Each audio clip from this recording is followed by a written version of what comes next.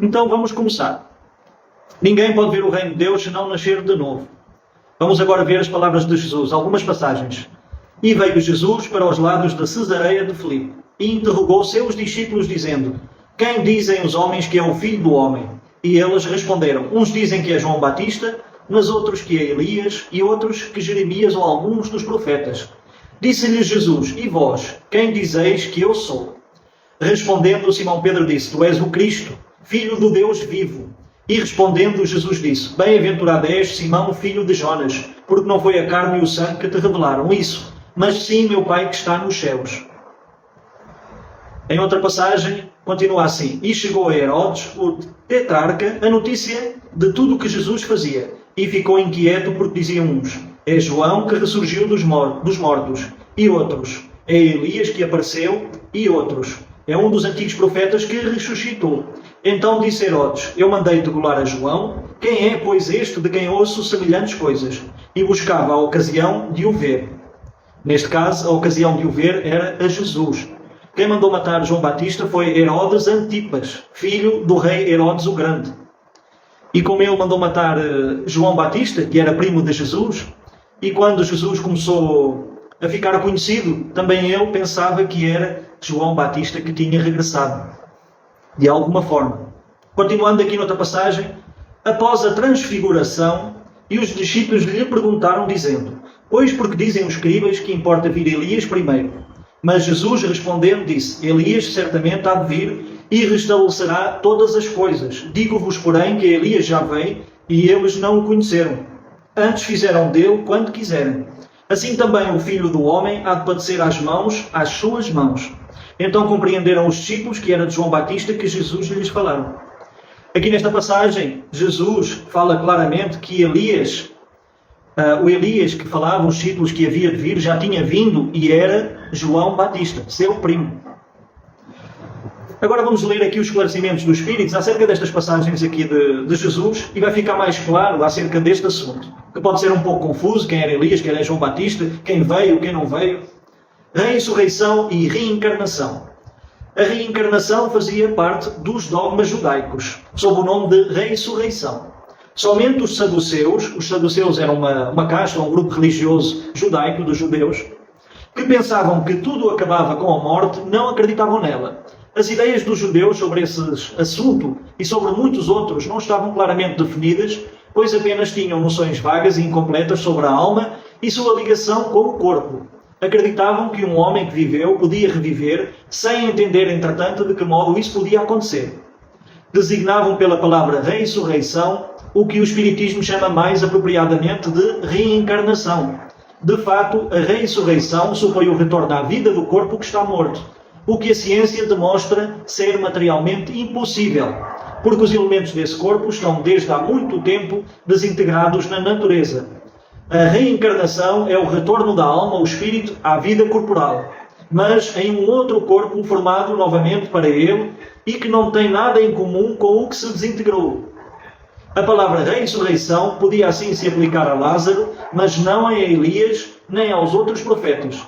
Se, portanto, conforme se acreditava, João Batista era Elias, o corpo de João não podia ser o de Elias, porque João tinha sido visto desde criança e sabia-se quem era seu pai e sua mãe. João, portanto, poderia ser Elias reencarnado, mas não ressuscitado. Só por aqui podemos já ter alguma ideia e algum assunto para falarmos. Então, acerca destes assuntos, os judeus tinham uma certa confusão acerca da reencarnação. Muitas vezes eles chamavam isso de ressurreição. Muitos acreditavam que era possível, quando alguém morresse, voltar à vida, mas no mesmo corpo. O que não é possível. Isso está demonstrado pela ciência. Quando um corpo morre, ele vai se desintegrar, a sua energia, a sua matéria, os seus átomos vão se decompor para formar novos corpos. Então, se um corpo estiver realmente morto, não tem como ele voltar a reviver. A reencarnação é completamente diferente. É a volta do espírito em um novo corpo e não naquele corpo que morreu. Essa é uma diferença muito clara e que para muitos judeus não estava muito bem esclarecida. A ideia que eles faziam de como podia isso acontecer. Eles tinham uma intuição que isso era possível, pois os profetas profetizavam e falavam sobre essas coisas, mas não entendiam bem como isso poderia acontecer. E de facto, Elias, o profeta Elias, já tinha vindo, como era referido nas profecias. Porque no tempo de Jesus, ele era João Batista, o seu primo. João Batista começou a missão, primeiro que Jesus, revelando sobre as coisas divinas e de alguma maneira preparando o caminho para Jesus. Ele depois foi morto, foi mandado matarem pelo rei Herodes Antipas, mas o próprio Jesus revelou que ele era o Elias que havia de vir. Então aí está uma prova da reencarnação. Ou seja, aquele espírito que era Elias, animou o corpo de Elias, voltou no tempo de Jesus como João Batista. Então Jesus afirma peremptoriamente que era ele que voltou, ou seja, era o espírito de Elias que voltou em um outro corpo, em uma outra existência. Agora, continuando aqui a leitura. Ora, havia um homem dentre os fariseus. Para quem não sabe, os fariseus eram o grupo religioso mais poderoso dentre os judeus. Vamos dizer assim, a casta mais poderosa dentre os judeus. Vou começar de novo. Ora, havia um homem dentre os fariseus chamado Nicodemos, senador dos judeus, que veio à noite encontrar Jesus e lhe disse: Mestre, sabemos que vieste da parte de Deus para nos instruir como um doutor, pois ninguém poderia fazer os milagres que fazes se Deus não estivesse com ele. Jesus respondeu: em verdade vos digo, ninguém pode ver o reino de Deus se não nascer de novo. Nicodemos perguntou a Jesus: como pode nascer um homem que já está velho? Pode ele entrar no ventre de sua mãe para nascer uma segunda vez? Jesus respondeu: em verdade vos digo, se um homem não renascer da água e do Espírito, não pode entrar no reino de Deus. O que nasceu da carne é carne, o que nasceu do Espírito é Espírito. Não vos espanteis se vos digo que é preciso que nasçais de novo. O Espírito sopra onde quer, e escutais sua voz, mas não sabeis de onde ele vem, nem para onde vai. Ocorre o mesmo com todo o homem que é nascido do Espírito. Nicodemos então perguntou: como isso pode acontecer? Jesus lhe disse: sois mestre em Israel e ignorais essas coisas. Em verdade vos digo que apenas dizemos o que sabemos e que apenas damos testemunho do que vimos. E entretanto não recebeis nosso testemunho. Mas se não acreditais quando vos falo das coisas terrenas, como acreditareis quando vos falar das coisas dos céus? Está em João, versículo de 1 a 12. Nicodemos pertencia à casta, ou a este grupo religioso dos fariseus. Muitos dos fariseus não acreditavam em Jesus, não acreditavam que ele era o rei dos judeus, ou aquele profeta que as profecias falavam, que os profetas anteriores profetizavam. Muitos dos fariseus não acreditavam que Jesus era esse profeta, ou o enviado de Deus, o avatar, ou aquele que seria considerado o rei dos judeus. Mas no caso de Nicodemos, que era um doutor da lei, que possuía um alto cargo, ele acreditava em Jesus. Ele reconhecia o poder de Jesus pelos milagres que ele fazia. Ele substitui a palavra milagres por fenómenos que estão dentro das leis da natureza. Não são fenómenos feitos à parte das leis da natureza, fenómenos esses que Jesus conhecia. Essas leis ocultas, as leis do mentalismo, que Jesus conhecia e produziu esses fenómenos. Então Nicodemos, também ele tinha muitas dúvidas acerca de como seria possível alguém voltar a nascer de novo. Tanto que ele fala: mas como pode ser isso? Como pode um homem velho voltar a nascer ou a renascer? Será que ele entra dentro do ventre da sua mãe novamente e volta a nascer? É aqui que Jesus faz uma distinção importante.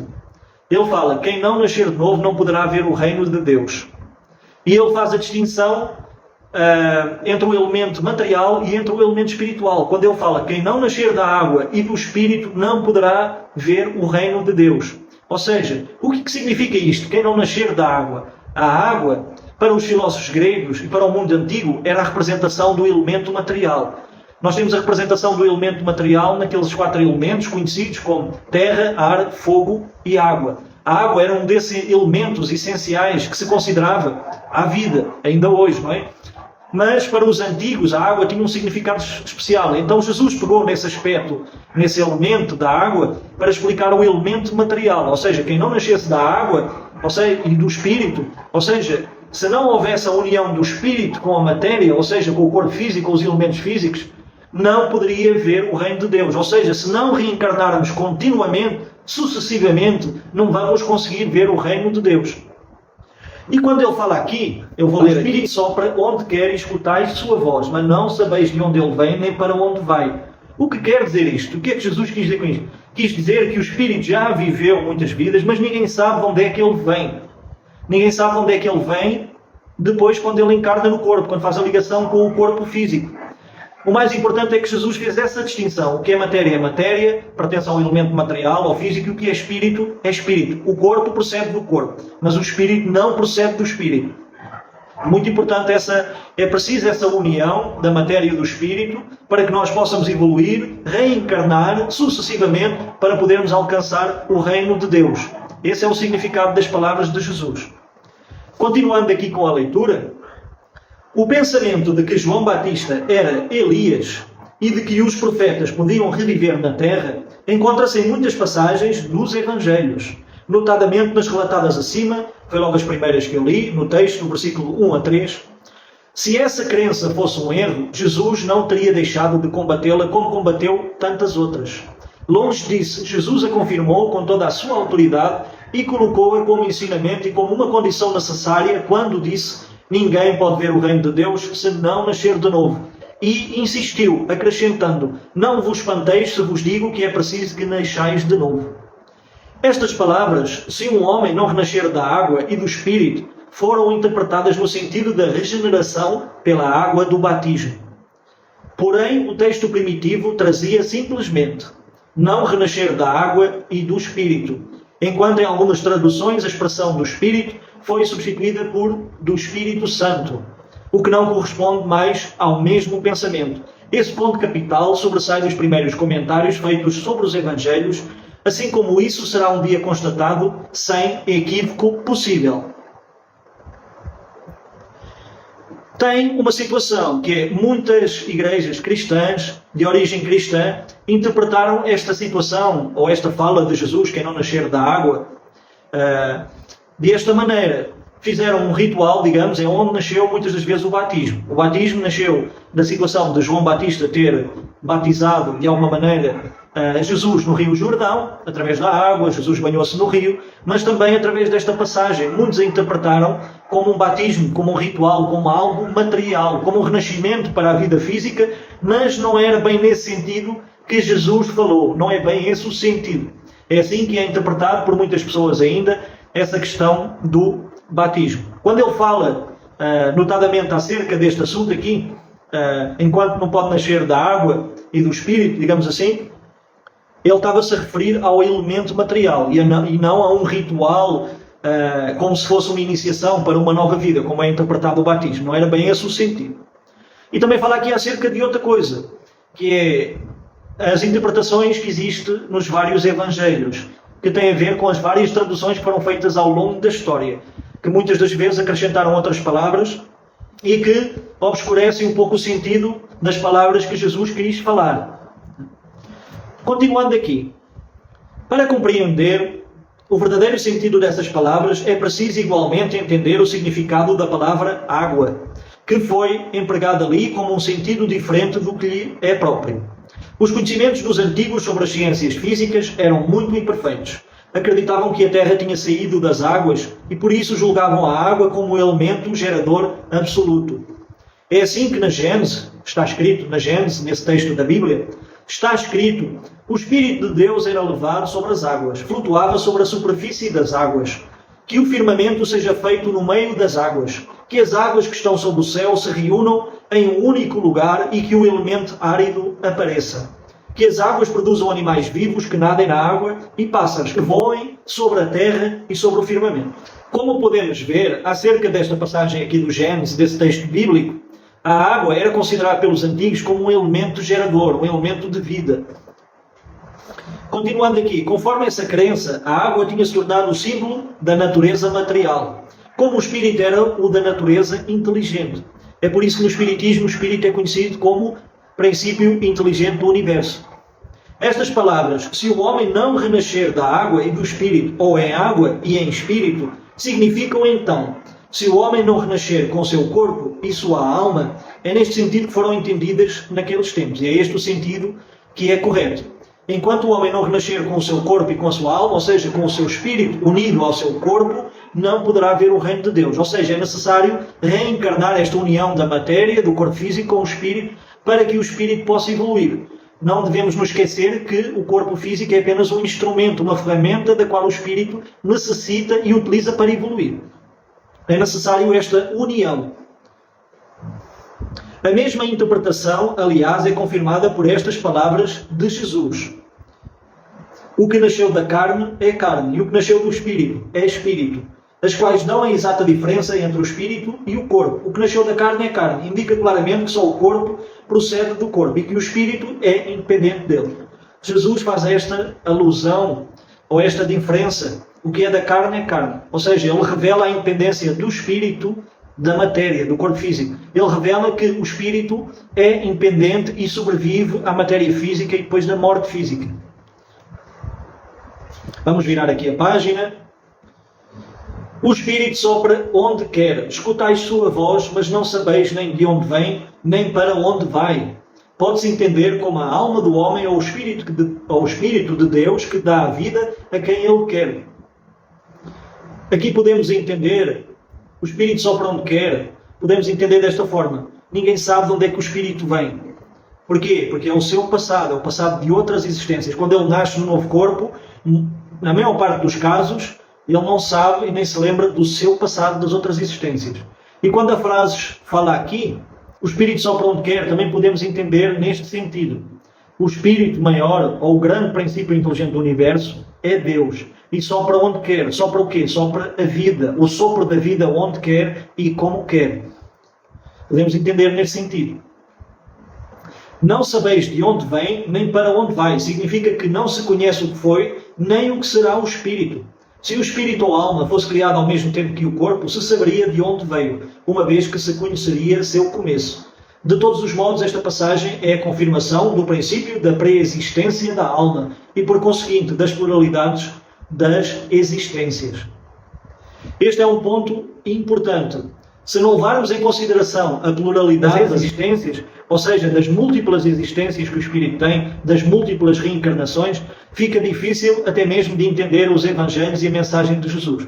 Se não levarmos este elemento em conta, fica até mesmo quase impossível, porque os ensinamentos de Jesus vão ser apenas encarados do ponto de vista físico e aí eles vão parecer irracionais e que não fazem sentido. Então é importante levar isso em questão quando se lê ou se interpreta os Evangelhos. Continuando, acontece que desde o tempo de João Batista até o presente, o reino dos céus é tomado pela violência, e são os violentos que o arrebatam. Pois todos os profetas e também a lei assim profetizaram. E se quereis entender o que vos digo, ele mesmo é o Elias que há de vir. Ouça aquele que tem ouvidos para ouvir. Mais uma vez, Jesus aqui faz referência a Elias, que, como já falei anteriormente, era João Batista. E aqui fala outra questão. É que desde o tempo de João Batista até ao presente, o reino dos céus é tomado pela violência, e são os violentos que os arrebatam.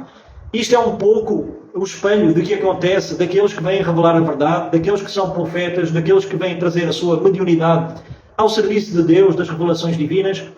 O que acontece é que são sempre perseguidos por aqueles que não gostam da verdade, por aqueles que querem manipular, por aqueles que querem obscurecer a mente humana, que querem que a humanidade permaneça na ignorância.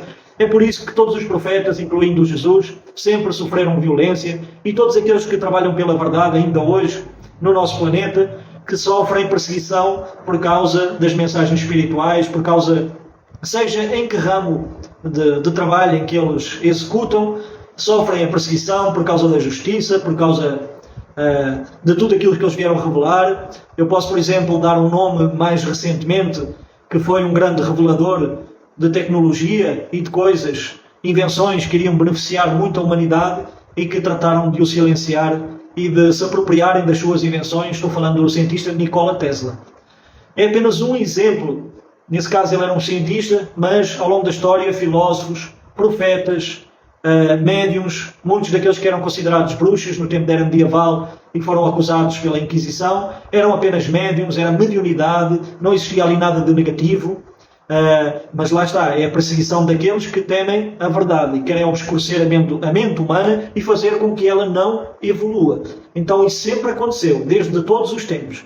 O que significam estas palavras, uma vez que João Batista ainda vivia naquela época? Jesus explica dizendo: se quereis entender o que digo, ele mesmo é o Elias que há de vir. Portanto, João, não sendo outro senão Elias, Jesus se refere ao tempo em que João vivia sob o nome de Elias. Até ao presente, o reino dos céus é tomado pela violência. É outra referência à violência da lei mosaica. que determinava o extermínio dos infiéis para ganhar a terra da promissão, paraíso dos hebreus, enquanto pelo ensinamento da lei de Jesus ganha-se o céu pela caridade e doçura. Nós já falamos isso no capítulo 1, que a lei mosaica, ou a lei de Moisés, era muito disciplinadora.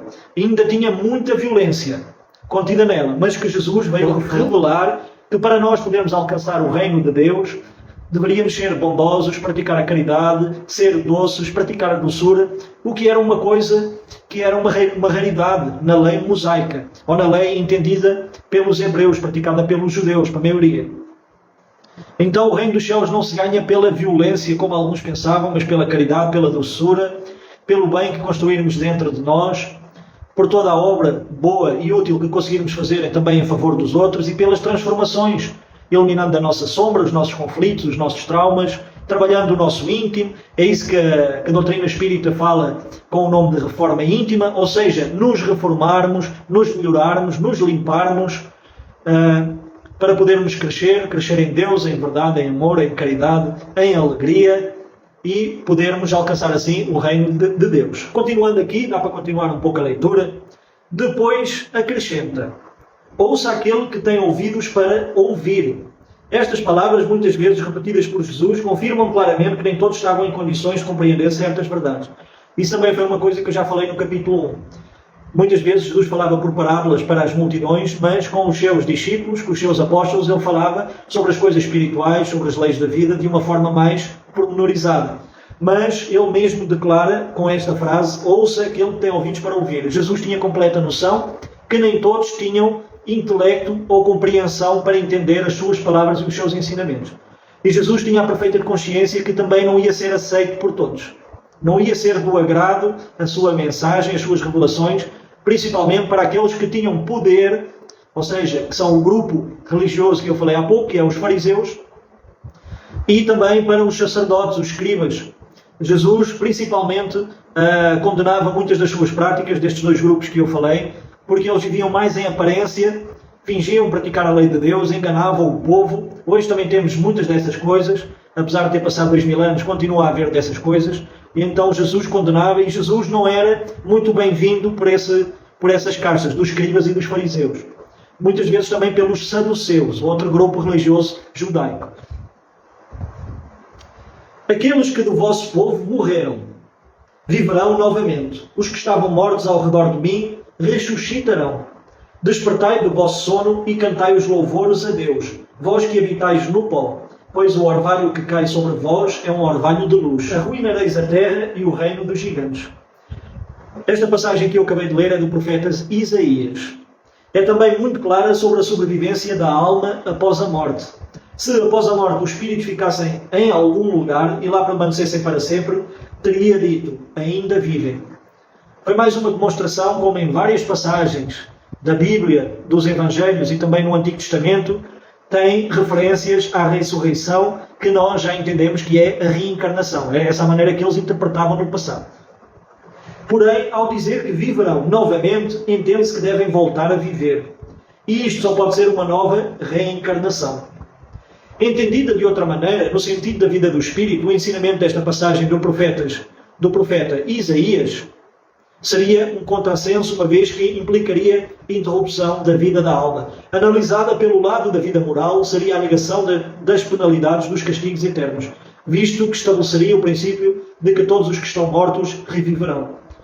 Ou seja, por estes conhecimentos e por estas passagens, vemos como cai por terra aquela ideia ou o dogma das penas eternas, do sofrimento eterno no inferno. Isso não existe, porque nós vamos estar constantemente reencarnando, tomando um novo corpo, vivendo uma nova vida, aprendendo, crescendo, amando e evoluindo. Então não existe as penas eternas, nem o inferno eterno, nem ninguém está condenado eternamente. Esse é o raciocínio que se tira destas diversas passagens. Mas quando o homem morre uma vez e o seu corpo, separado do seu espírito, está consumido, em que é que ele se torna? O homem, estando morto uma vez, poderia reviver novamente? Nesta guerra em que me encontro todos os dias de minha vida, espero que minha transformação chegue. Quando o homem morre, perde toda a sua força e expira. Depois, onde está ele? Se o homem morre, reviverá? Esperarei todos os dias do meu combate até que chegue aquele que traga alguma transformação. Estamos aqui vendo várias traduções que são diferentes de várias pessoas que fizeram e que trazem, digamos assim, essa dúvida acerca de como é que é possível ao homem voltar a reviver novamente. Quando o homem morre, continua vivo. Ao acabar os dias de minha existência terrena, esperarei, pois voltarei à vida novamente. Esta é a versão da Igreja grega. Isto é um ponto importante, porque estas traduções, às vezes, quando as pessoas se apeguem ao espírito da letra, quando se apegam à letra, em vez de se apegarem ao espírito que vivifica, elas às vezes fazem erradas interpretações das passagens, seja dos profetas, seja daquilo que Jesus falou. Muitas das vezes estas traduções nem sempre foram feitas com o melhor dos propósitos. E tem muitas coisas que foram acrescentadas e que foram adulteradas nos textos bíblicos e também no Novo Testamento, que é os textos que nós conhecemos como Evangelho. Para finalizar, eu vou só ler aqui mais um trecho. O princípio da pluralidade das existências está demonstrado claramente nestas 3 versões que eu acabei de ler há pouco. Não se pode supor que Jó quisesse falar da regeneração pela água do batismo, pois ainda não o conhecia. O homem, estando morto uma vez, poderia reviver novamente? A ideia de morrer uma vez e de reviver faz entender que se pode morrer e reviver muitas vezes. A versão da Igreja grega é ainda mais clara. Ao acabar os dias de minha existência terrena, esperarei, pois voltarei à vida novamente. Ou seja, voltarei à existência terrena. Nós podemos ver aqui nesta passagem que a versão da Igreja grega é mais correta, não dá lugar a falsas interpretações e ela é falada de modo afirmativo. Quando desta frase, pois voltarei à vida novamente. Ou seja, voltarei à existência terrena. Ou seja, voltaremos todos à existência terrena. É tão claro como se alguém dissesse, saio de minha casa, mas a ela voltarei. Gostemos ou não gostemos, vamos ter que reencarnar de novo. Isso é a lei de Deus, não tem como escapar disso. Este conhecimento a algumas pessoas traz bastante felicidade e esperança. Porquê? É o normal. Fomos ensinados de maneira errada que, acabando a vida, tudo termina e depois é o nada, deixamos de existir, deixamos de pensar, e essa não é a realidade. O que vamos encontrar é a vida em outra dimensão, a vida em outro lugar, onde podemos continuar a evoluir. Como falava Chico, fugiremos da morte quantas vezes for preciso, mas da vida nunca escaparemos. E essa é a realidade. Para algumas pessoas isso traz um alívio, uma esperança. A doutrina espírita, com todo o seu esclarecimento, traz essa esperança, esse consolo, de que vamos encontrar os familiares, vamos encontrar os amigos, aqueles que já partiram para o plano espiritual. Ninguém fica perdido, ninguém deixa de existir. Então é uma esperança, é um consolo. Mas também tem aquelas pessoas revoltadas, que veem tudo com negatividade e pensam, mas porquê é que não acaba tudo? Assim acabava o meu sofrimento, assim acabava a minha dor. São as pessoas negativistas. São as pessoas que não querem aprender com a sua sombra, que querem fugir da realidade, querem fugir do aprendizado que podem fazer com a sua situação, querem fugir das responsabilidades. Então para elas era melhor o corpo físico morrer e deixar de existir, que a consciência ficasse apagada e não mais existisse. Mas é como eu falei há pouco, a reencarnação, como Jesus falou, é uma lei de Deus e não tem como nós escaparmos dessa situação. Sim, tem uma maneira de escaparmos disso. É evoluindo, amando, crescendo, fazendo o bem, praticando a caridade e um dia deixaremos de precisar de reencarnar. Aí já seremos espíritos puros, emanando luz, já com o reino de Deus ou o reino dos céus dentro de si. Aí escaparemos desta roda de Sansara, como é falado pelos budistas, que é a roda de repetição de estar continuamente reencarnando, reencarnando, reencarnando. E se continuarmos com os nossos erros, com a nossa negatividade, se nos revoltarmos contra Deus, contra a lei de Deus, e se não tivermos este interesse em evoluir, aprender, em crescer, em amar, vamos estar continuamente nesta roda de Sansara, seja neste planeta, seja em outro, continuamente sofrendo, porque nos recusamos, é como se tivéssemos uma venda nos olhos, nos recusamos a ver a verdade e nos recusamos a ser felizes. Sim, Sandra, é verdade, o espírito é imortal, porque ele tem um princípio criado por Deus. Ele tem um princípio, mas não terá fim. O espírito é imortal, mas só Deus é eterno. Não teve princípio e não terá fim. Por mais difícil que isto seja para nós entendermos. Então, eu espero que tenham uma boa semana. Foi ótimo estar aqui com vocês. Tudo de bom, felicidades. Até à próxima terça-feira.